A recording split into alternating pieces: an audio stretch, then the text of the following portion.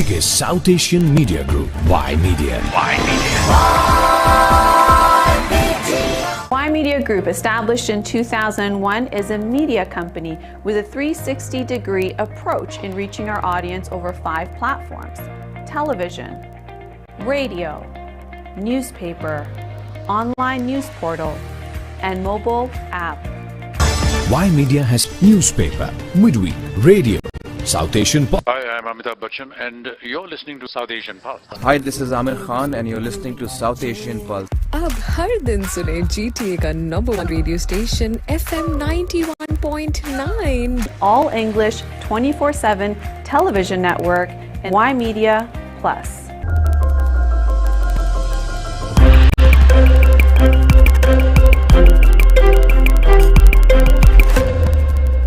You are watching Channel Y. Channel Y.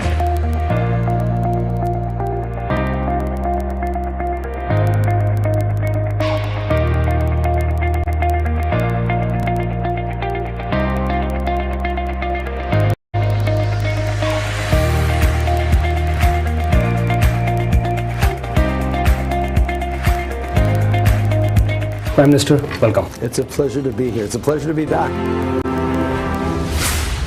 Online, SouthAsianDaily.com. The biggest South Asian media group, Y Media.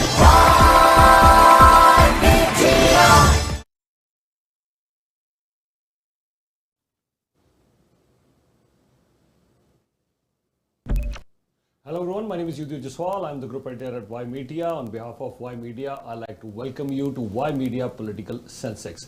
We are going to do debates as far as our Ontario municipal elections are concerned. We all know the date for voting is October the 24th right across Ontario, and there are dates for advance polling as well.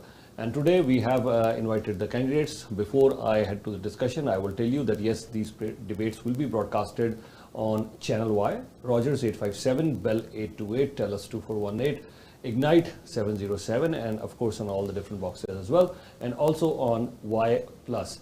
You can also see these debates on our mobile app. You can download Y Media TV. So at this point, I'd like to welcome both our guests. Pat, a very warm welcome. How are you? Thank you so much. Pleasure to be here again. You are very welcome. And Gurinder, a very warm welcome, sir. How are you? Thank you very much. I'm very good. Thank you. Thanks for inviting me here. You're very welcome. So today we're going to discuss issues related with Ward 7 and 8. Both the candidates are the candidates for Regional Councillor Ward 7 and 8 in Brampton. Just for viewers' benefit and for candidates, I'd like to explain you the format once again. The format for our viewers is an opening remarks for 2 minutes each, and then after that there's a QA section, and then after that there's an open discussion. Open discussion means I'll throw in a topic for you and jump in any time. It'll be approximately 3 to 4 minutes open discussion on different topics. So why don't we get going, Pat? 2 minutes for your opening remarks. Yeah, and thank you again, and thank you for having us here. And I want to thank my colleague.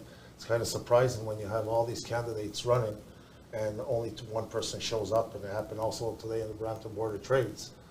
They all want to run, but no one shows up. So, I've been a city councillor last term, and this term I ran for regional councillor, and I'm going to be running again. I have listened to our residents, and I know during the last term they were talking about parks and how, I did state of the art. I put all new parks, 13 in my wards, and for seniors and kids. I have 3 rec centers under construction now. I got Balmoral Rec Center, which is under construction, and I have Howden and Victoria Park starting this spring. I've been very vocal on council. I've been very transparent. I've been always honest, and I'm here to seek one more term and continue the work and make sure these rec centers are up. I was very vocal also on a hospital levy. We had a good conversation with Doug Ford, and I know that they give us $1.1 billion. We had to come up with a levy. I brought it forward. First, it didn't pass at the city, but then I brought it to the region. And we're going through budget to receive $12.6 million towards the cancer portion. And now then I brought it back to the city and we started this levy. We have to come up with our 10%, $125 million. We have $21.1 million sitting in the bank from the last levy. We took the money from William Parkway and Torbram Whiting. We transferred it over, so we're in good state. And our house was supposed to start this spring. And also we had a good conversation with the medical school. I met with them and I managed to show them a building, and it's going over to the Civic Center. So that will be coming up within a year to 2 years, opening up the doors. And now they want to purchase the building, and it's a perfect location. It's in the center of Brampton. It's in my ward. You got restaurants, you got bars, you got transit, you got theater, you got park, and also in between two thank you. hospitals. We'll come back to you, I want to Pat. continue that. Thank you. Thank you, Pat. Yes, Mr. Gurinder Sehgal. Yeah, thank you, Yudhvir. My name is Gurinder Sehgal, and first of all, I thanks to Y Media for inviting me here and to express my views. My educational qualifications, if people want to know, is I have done Bachelor of Science in Medical Technology, and I have a postgraduate degree in Masters of English, a Master of Arts in English Literature. I am actually new in politics. Why I ran into politics, why I came for the candidate is because I have heard that our present city council is dysfunctional. There is a lot of infighting between mayor and regional councillors and city councillors. They are divided into two groups. So I have a lot of expertise in my business. I'm running a business. I have a small business. I have a small store where I have a lot of extensive experience in procurement and purchasing. I have a lot of experience in customer service. I have a lot of experience in accounting, budgeting, and I think that I can be a valuable asset to the council. I can bring my experience of my business here in the council, and I can be a very good candidate for regional councillor. Yeah.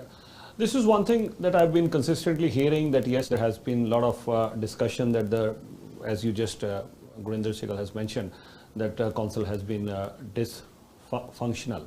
So I'll give you both a minute or so to discuss this, that why it was dysfunctional. Yeah. Oh, sorry, first, thank you. So, going to business, I also owned a business, and, I had 86 employees at one time. So, and also supervisor for a big company. I used to take care of over 1,400 people, 1,400. Dysfunctional. So, I hate when people say we don't work together. So we swore on an oath to be transparent and accountable to our taxpayers. So what my colleague's saying is we have to work together means don't say a word. Just keep your mouth shut and let everything go. We have the media just saying about risk insurance that was in. We have a Brampton U. Money went to different area. It's also, the investigation came out.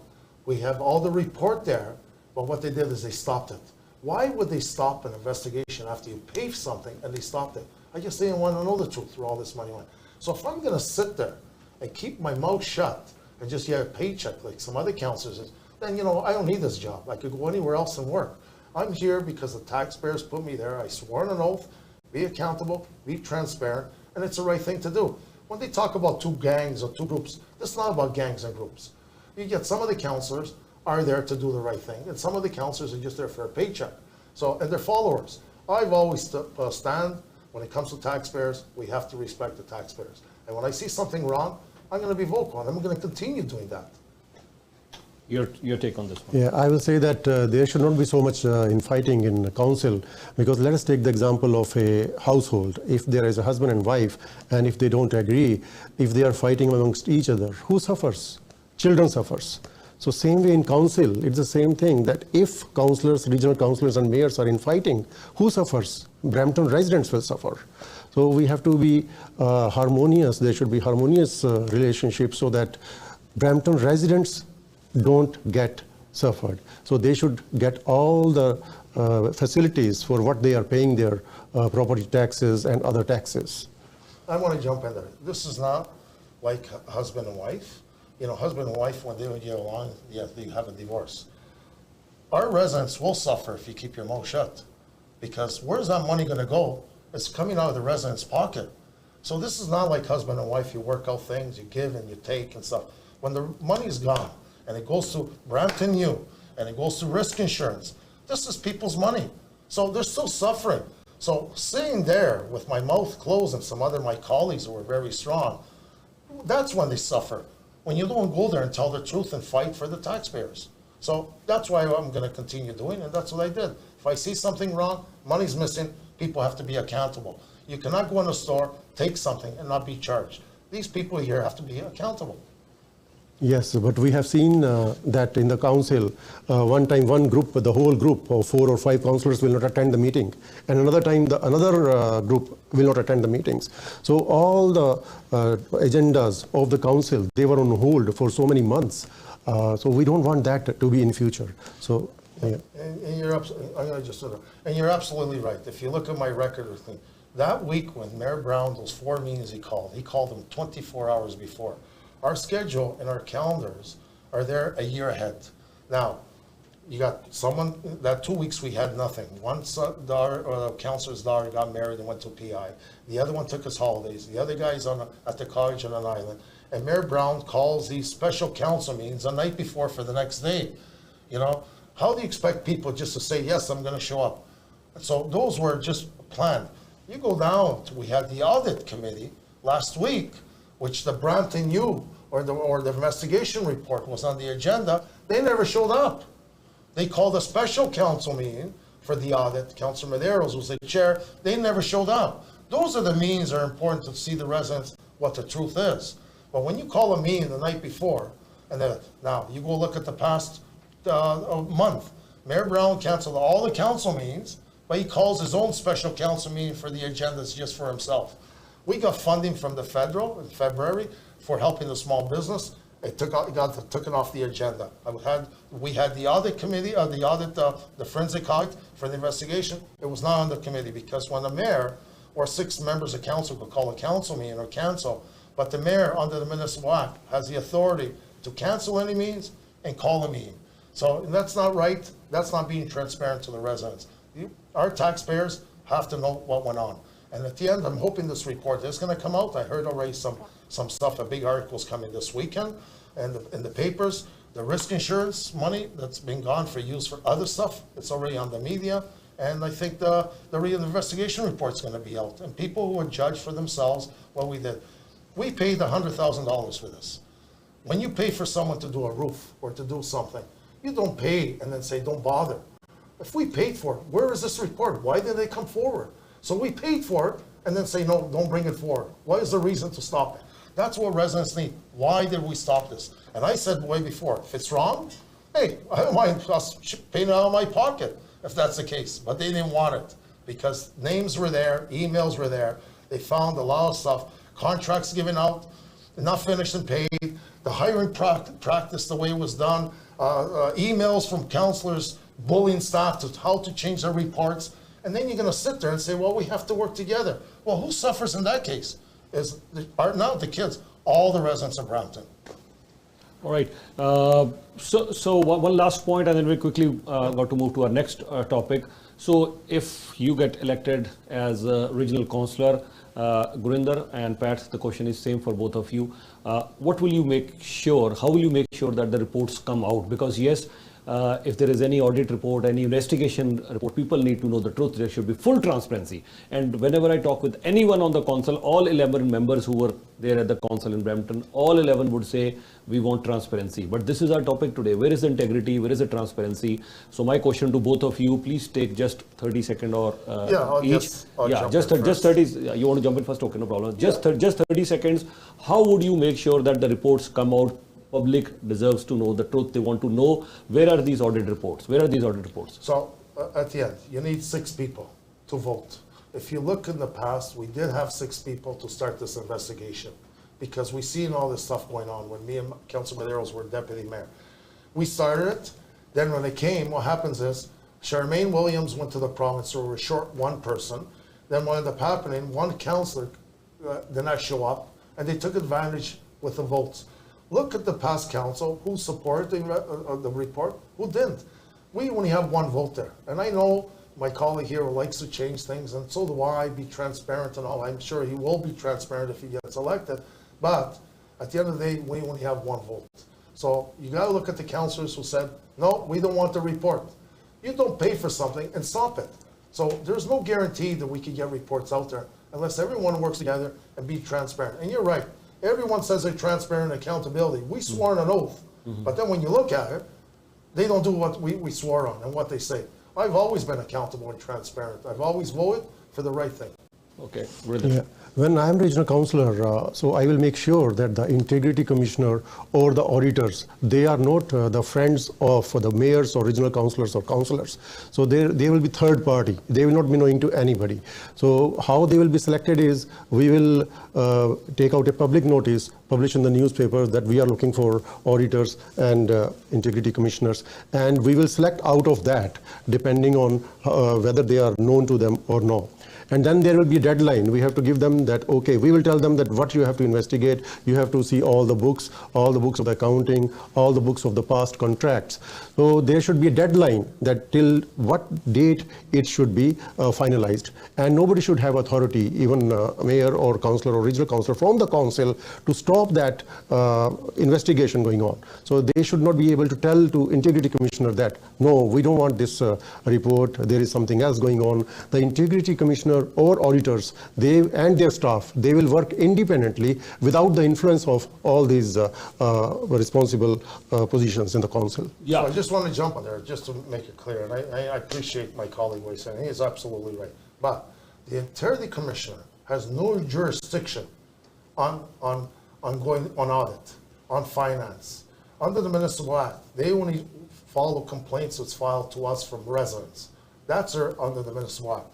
We did have a committee. I was the one who put that committee together, myself, Councillor Dillon, and Bowman, and we picked Froze. Froze is an amazing company.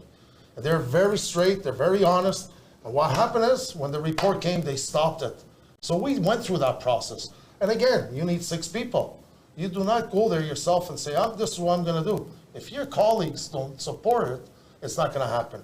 And we did that with Froze, everything was good. And the CEO, which, you know, I'm very shocked because he has full authority because we're in lame duck. He could have brought this forward.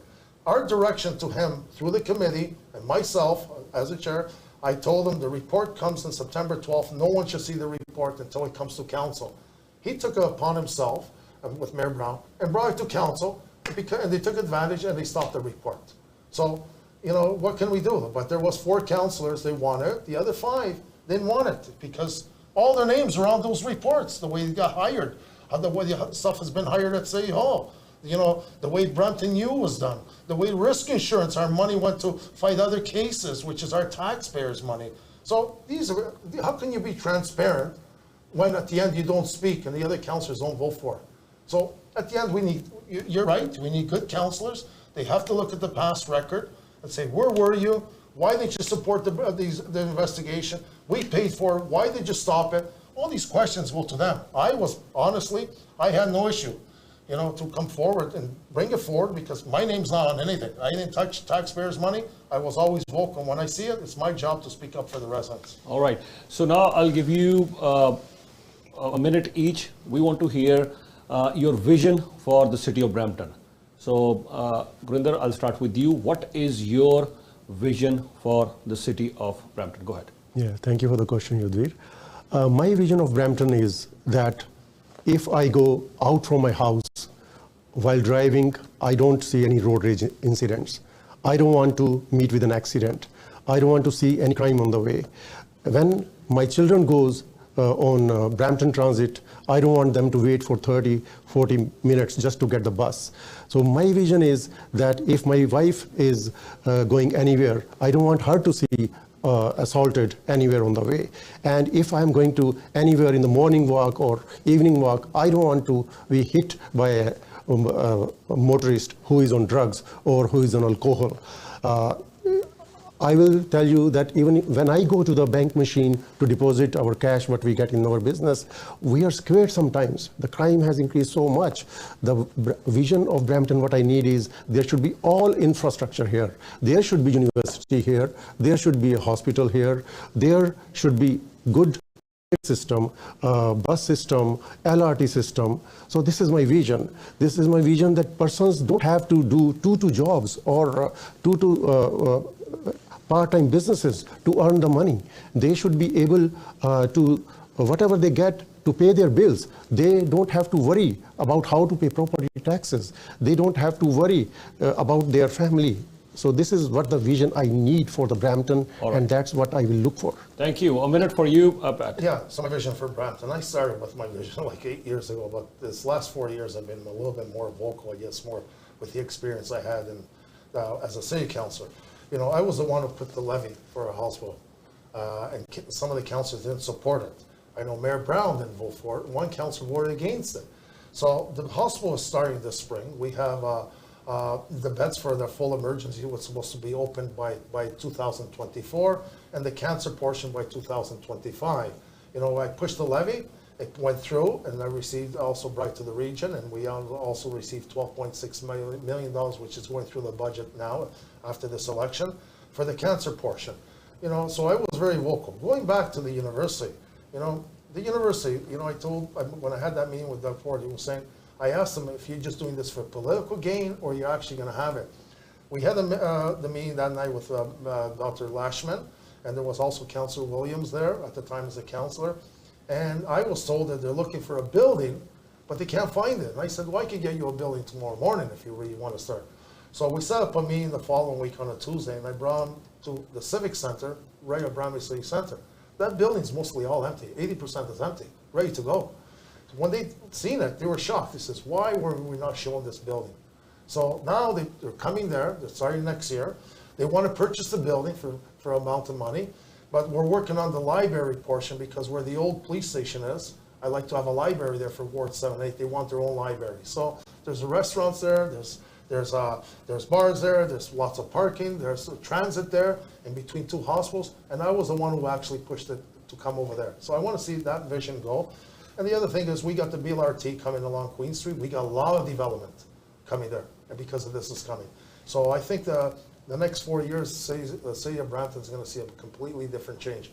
One thing I worry about is our property tax. So we did zero tax. I'll come to the property tax and also other things later on. So our next topic, it's an open discussion. We'll have approximately 3 to 4 minutes for this one, that is crime. So let's talk about crime, and let's not talk about the obvious. We all know, yes, crime is an issue right now, but what I'm looking forward is some solutions. So what solutions can you offer? Because the regional councillor, you will be working very closely with the region of Peel Police is there. So I'm looking for some solutions. How can we minimize, or the target should be zero crime in the city of Brampton? Yeah, 4 minutes. Who wants to go first? Gurinder. Yeah, to put the crime under control, when I become regional councillor, first of all, I will meet with our Chief Nishan, and I will discuss with him what can be done, because this is the police responsibility mainly. The regional councillor part will be only to provide funding and to make the policies. So Mr. Nishan, they know better what they can do to prevent the crime. Then there will be whole list of the criminals in the area posted everywhere, and their name and pictures will be displayed on all the newspapers, on the media, so that anybody knows about them, they can report. Another thing about the crime is that I will provide subsidy to the residents for installing CC cameras on their homes, so that if there is any criminal activity going in the homes, crime including the thefts, including the robberies, including the assaults or murders, so they can catch. Because right now, if there is an incident, if it is not recorded somewhere, police says that, oh, we cannot find the culprit because we don't have any proof. The cameras of those residents, they will be taken as an evidence, and the police have the authority to nab those criminals and put them in jail. Then I will vouch for the stronger penalties for the criminals. Right now, the laws here in the city are so lenient. They just do the crime and they will know that they will come out on bail. So we have to make sure that they will stay longer in the prison. So I will do all these things for the safety of the people here. Yeah, Pat. Yeah, I know. This crime is becoming a big for everyone in Brampton. Stealing cars and all. I know Councillor Madero's car has been stolen. My wife's car has been broken into, and it's becoming really bad. But when we look at the population, I think we're all here to blame at the city of Brampton, because when we do the census cards, people don't put exactly how many people live in the homes. So our population is 640,000 on the census when you get the wards. Meanwhile, we're probably 850. So we lose money on the tax credit, we lose money on the gas tax credit, we lose money at the region, on the garbage, and the school boards, and on the policing. They say, hey, there's only so much here you could do. The other thing is, we get stats from the region. 80% of the calls are through mental thing and also domestic abuse. So they're really tied up into that portion. When he came to the region, Chief Nish, and asked for the budget, we increased the budget 5%.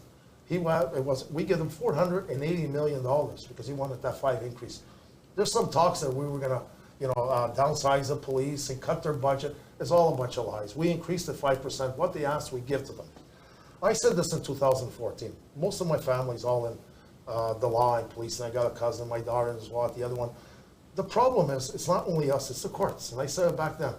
You arrest someone, and the next day they're on bail. So the federal has to tighten up. You look at our borders, they only check 6% of our containers. Where do you think the guns and the drugs come from? You can't go out and buy guns easy. They're all smuggled through the borders. So they have to be a little bit more strict at the border containers and that's federal. So between the courts and the federal, I think if they tighten it up and make stronger penalties, don't give these people bail because they say, well, it costs $390 to keep them in jail. Well, throw them out the door so the guy can steal again or, break into cars. And this is where we face. So I think the police are trying to do their best. They can only do so much. And if you talk to some of them, they're getting a little bit fed up too. And, when you arrest someone a week later, he's out and you arrest the guy again. So they got to be stronger laws under the federal.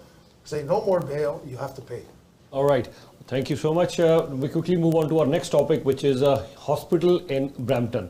We all know that we have just one hospital, and during the COVID, there were so many challenges that we faced. We could face more challenges in the coming times. And with the size of Brampton, with the size of the population, I think so we need another hospital which has a 24/7 emergency department working.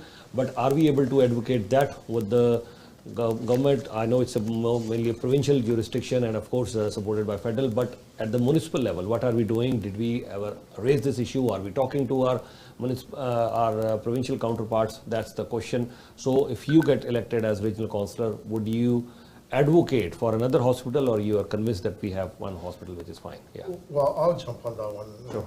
So going back, I guess 2010, there was a tax levy, which we all paid for the hospital we have now. And we used to only have one. So we have, on that hospital there, they raised $60 million. And we all have to pay the 10%. So we have to come up on this hospital $125 million. So we have $21.8 million in the bank. It was $20 million plus interest, has been saying. And I was the one who brought that motion forward for the levy. Councillors, they want to do it because they want to do a tax freeze. But it's an extra $23 per home, per year. No one's going to complain on $23 or $25 per year on a hospital. We have to come up with our share. Vaughan planned for it, and they came up with $89 million. We have to come up with $125. So I brought it there, it got turned down. Then I got some money going into the budget now, $12.6 million. I brought it back to the city, and I guess we had 6 votes at the time, because that's what I'm saying. 1 vote doesn't mean nothing. We had 6, and then we had 2 other councillors jump on board. Mayor Brown did not support it, and Councillor Paleshi never voted against it. So it's starting this spring. We do have a hospital full emergency 24 hours coming. The provincial government gave us $1.1 billion. And it's supposed to be accomplished and finished by 2024. And phase 2, which is the cancer portion, which everyone could go, instead of going for chemo, they could do it right here in Georgetown, Caledon, Brampton, could all use it. It's supposed to be finished by 2025. So it's coming. They're supposed to start this spring. And we do have the money. And we put in the money when I found out William Parkway was being canceled and Torbram. I figured before this money gets shuffled around, I put it into the hospital. So we got close to 62 million sitting there now. And the levy started already, going back last, when you got the second round of your taxes, and it shows a levy there, an average home $23.95, and that's going to go on. We stopped it. That was a big mistake. We shouldn't have stopped it. We should have kept it going. We would have had more money. And I think this levy should carry on to plan 20 years down the road for a 3rd hospital, because the population is growing and we need one on the West End. Can you bring in another motion? Can someone bring another motion and carry on the levy on this one? Well, we can do it in the next term to bring in another levy. This one here has been approved now until we come up. It's about 4.5 years to 5 years. everyone's going to pay. And I think like we cannot do it by that because that'll go into 2020 next term after this one, and they should carry it on. And I think it's the best thing because you don't see it. The extra $25 a year, it piles up, and that's how we end up having $60 million for this hospital. And we can plan for a third hospital 20 years on the road. So that 60 million is sitting there for the third hospital now. 62.8 million is sitting there. So 21.8 was left over from the levy when we built that hospital. There was 20 million plus interest, plus 41 million that was William Parkway, the widening, they canceled, where those noise walls are, the blue walls, and Torbram. I put a motion forward to transfer it over to the hospital, and we end up having 62 million. So we got to come up, and don't forget, we can't even look at the 125 million. That was done already 2 years ago. Everything was established in the province. Construction costs went up big time. It went up 30%. So we might have to come up with 140 million, and the construction for the hospital is not going to be 1.1 billion. It might be 1.5 billion. Right, Grinder. Yeah, I'm a very big supporter of another third hospital. Along with the hospital, because we don't want the buildings to be empty. There is a shortage of staff also. We have seen during COVID also that there are no nurses. And we have seen in the province also, here also, hospitals, even Peel Memorial Hospital, they used to close earlier than their time even. So we need more medical colleges here. We need at least one medical college which can produce doctors, and we need one nursing college here which can produce nurses, and we need eye institute also where we can produce even eye doctors also. Then another thing is that most of the people, they are going to emergency for minor ailments.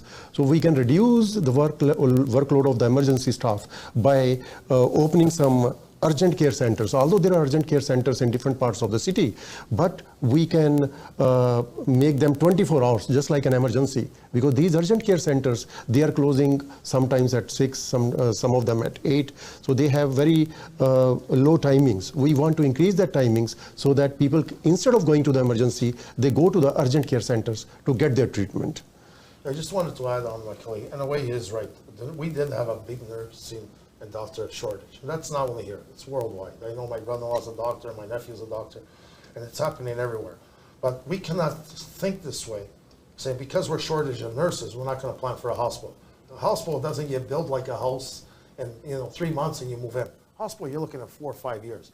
So that will probably, tighten up that gap, hoping we get it. Going back to doctors, that's why we have a medical school here coming now.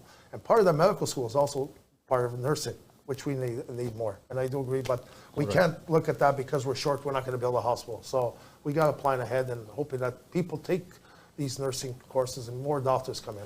Another important issue is, let's move to our next topic, that is a university in Brampton. So we can't debate on this one. There is absolutely none, zero university in Brampton. So do we need a university in Brampton? Yes or no? I'd like to know what are our candidates' views, and if at all is yes, how do they plan to bring it? Gurinder. We definitely need a university here because right now our students, they are going to either York University, and some of them are going to Gulf or different universities in the region. So we want that students, they stay here, they stay locally. So parents, they don't have to spend thousands of dollars on the fees in the other cities. We are the 9th largest city in Canada. We don't have a university here, but smaller cities like Kitchener, like Guelph, and Hamilton, they have the universities. We need a full-fledged university. We don't want a collaborative university here in a small office, University of Toronto, University of Mississauga. We need a full-fledged University of Brampton here in our city. Yeah, and I do agree. So I know we got Goma, they're doing really well. We helped them out with some funding. They're over the 5,000 members. They're going to increase to, they're saying within 3 years to 10,000. So, I worked at McMaster University when they built a lot of those buildings there. When you have a medical school, that brings in a lot of money. It brings in. So I know the Liberals back then, they did approve the university, but it's not our jurisdiction. We can only push and ask. The Ford government canceled that one, but they give us a medical university, which is going to be amazing. Because we are a shortage of doctors and nurses. And, so when they were pushing for this thing and, they were looking for buildings back and forth, I was the one who set up the meeting and found them the Civic Center, ready to go. So by 2025, this is going to be up and running. They're going to be started. They're working on plans now and permits and stuff for the renovation. And, you know, we got to push for it. But when you got a medical university, you look at any country where there's a medical university, that's where all the money is going to come tons. You look at McMaster. Without McMaster, that Hamilton would be dead. It wouldn't be a dead city. So, well, you know, so I guess we're going to have to wait for this for 2025 and take it from there. And now we got the other universities are planning to come here. But these, a lot of these universities, they want money. And we don't have that, you know, that 300 million, 400 million to build a building. And here we go, we start. This is a provincial issue. So we can only push so much. So we should thank the government, our Ford government, for giving us a medical university, you know, and giving us a hospital. I think Brampton's going to be, developed in the next 4 or 5 years really hard. Yeah, all right. Thank you. So anything you want to add? Or? No, that's okay. Okay, thank you. And quickly moving on to our next topic now, that is the property taxes. So I'm sure as much as we're all, we would want that we should not be increasing property taxes or maybe even decrease property taxes, but then our city depends upon the property taxes as a source of revenue for all the services thing, unless any of our candidates has any other option how we can increase our revenue. Can we have any other revenue streams so that we can freeze our property taxes, or you think they should be increased? So yeah, property taxes. Yeah, for the property taxes, I will not freeze for the first-time home buyers and for the buyers who have their own homes, who are in their principal homes. I will increase definitely for those people who have multiple houses. I have heard that there are people having 5 houses, 10 houses. We don't want to freeze the property taxes for them. Even I would increase the land transfer tax also for those investors, only for the real estate investors, because they are already rich, they can afford to pay property taxes. And because of that, because of those investors, we have a huge problem of supply issue, because they are the ones who are hoarding the houses, and the small people, they are not able to get the houses. The house prices are increasing 20% in a year. So house prices are becoming like a stock market. So I will increase the property taxes of the real estate investors and all those people who have multiple houses. Yeah. Yeah, so it's funny that it doesn't sound as easy. So we don't have the jurisdiction to go there and say raise it, because we only raise the taxes on the city portion. It comes from impact. Impact is that really does a reassessment on the home. They do pay taxes already. Someone who has 1 or 2, 3 more homes, they should, because it's an income. That's where it goes to the federal government. They just don't do it. So we can't go knock on the doors and look at Revenue Canada and say, hey, how much did you pay? You won 3 homes. We won't have that jurisdiction on that. So, you know, it's a problem. So we did do a 4-year freeze. I kind of disagreed on it, but you know, it's hard when you say, hey, I want to raise taxes. Pat wants to raise taxes. But you look at our stuff. You have our pay raising, everyone at City Hall, all the staff, union members take an increase, but we're still here. We have a bigger gap now, a bigger gap to catch up. And we're not going to catch up. People want their snow cleaned in front of their driveways. We looked at it. It's $16 million to clean every driveway. So they want the snow cleaned. They want the grass cut. We cut the grass 11 times. The city say, we're going to do a freeze, but we cut the grass at the park 7 times now. And they're complaining. They want shelters. They want the parks. So there's a lot of stuff there that we don't. The one way to save on the property tax and carry on is, I've always said, and we finally came to that conclusion, they finally figured out, you're doing high-rise building along Queen Street. You have yourself 1,000 condos. The development charges, you should waive them off for the city portion, the 45%. So the developer saves $2 million. He could lower the cost of the condo. He will build more, because let's forget, this is not Yorkville. It's not Eglinton and Young where you can get $3,000 a square foot. The construction costs, you're going to get $1,300 a square foot. So you lose that $2 million 1 year. But now you're collecting $3,600 every condo. That brings you $36 million a year. So if we don't get these condos up on a portion, instead of paying $8,000, $9,000 on a piece of land compared to others, that's why Mississauga is doing well. We got to get these developed, and then we're going to see our taxes. With that money, you have a little bit more money to play. 90% of our money goes to the services. We got 33% goes to transit. Then we have the fire department. Then we have all our parks. We have a lot of green space to cut grass. We have snows. We got like 180,000 kilometers of trail to clean around all the parks. We have to clean all that. People call and say, hey, why is the park not clean? I'm walking my dog in a snowstorm. But then when you increase your tax, they're the ones who complain. So we can't have it both ways. All right. Yeah, thank you. Good points made from both the candidates. We need to quickly move on to our next topic. And the next topic is integration.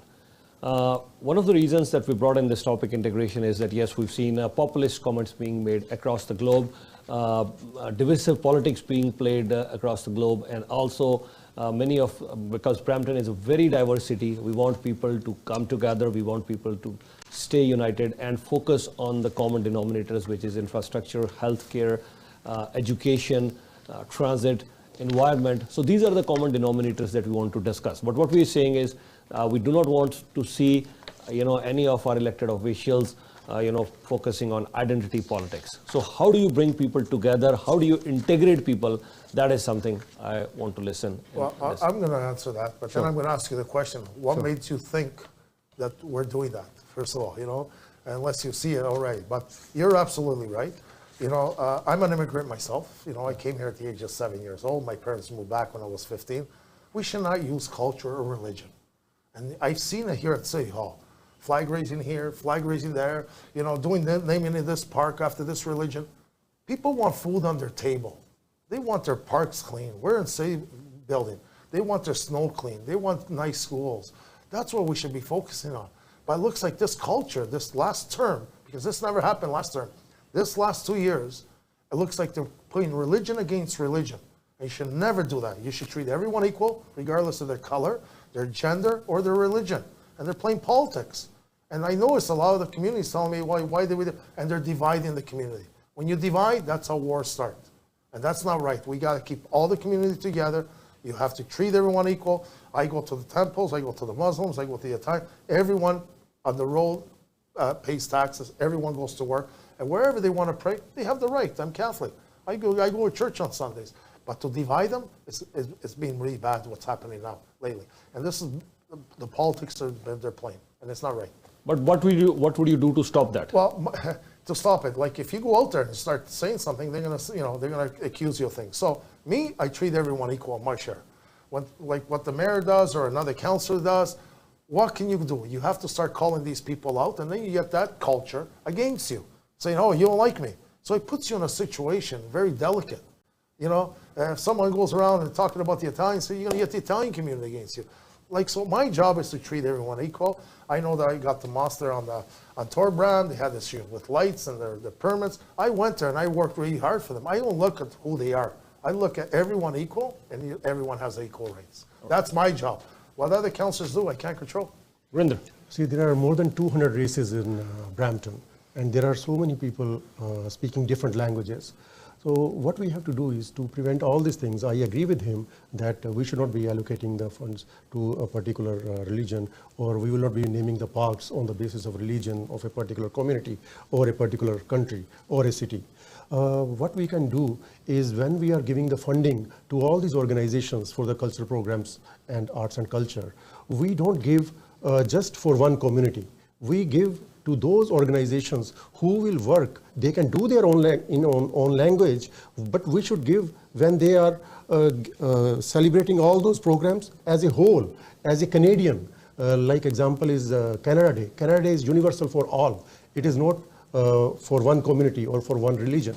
Like Santa Claus Parade, that is universal also. Carabram is a very good cultural event, but the problem there is we are celebrating one event there, one event in another community center, one in another community center. So we have to bring all those Carabram events in one place, so that when a person is coming to visit, they just visit all of them. We don't want the people to go to Indian people to go to Indian pavilion, and Italian people to go to Italian pavilion. So we want them to know the culture of all of them. And another thing for the integration, which I will say, is that lot of immigrants are coming here.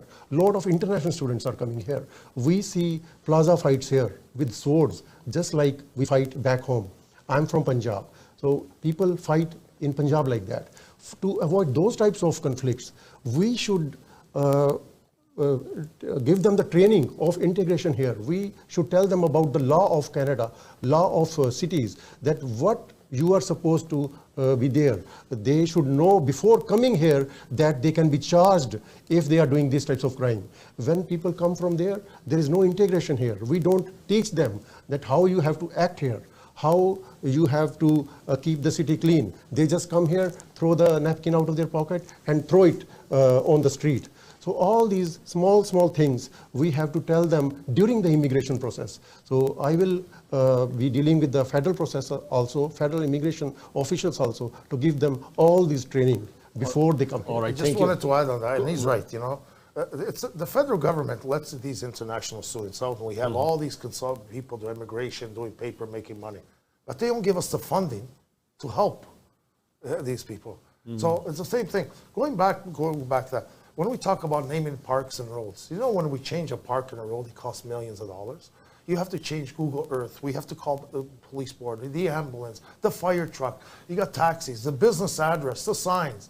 So it's not what we have to do here as a city, and not poo-poo the people stay, but we're worried about a park and a street.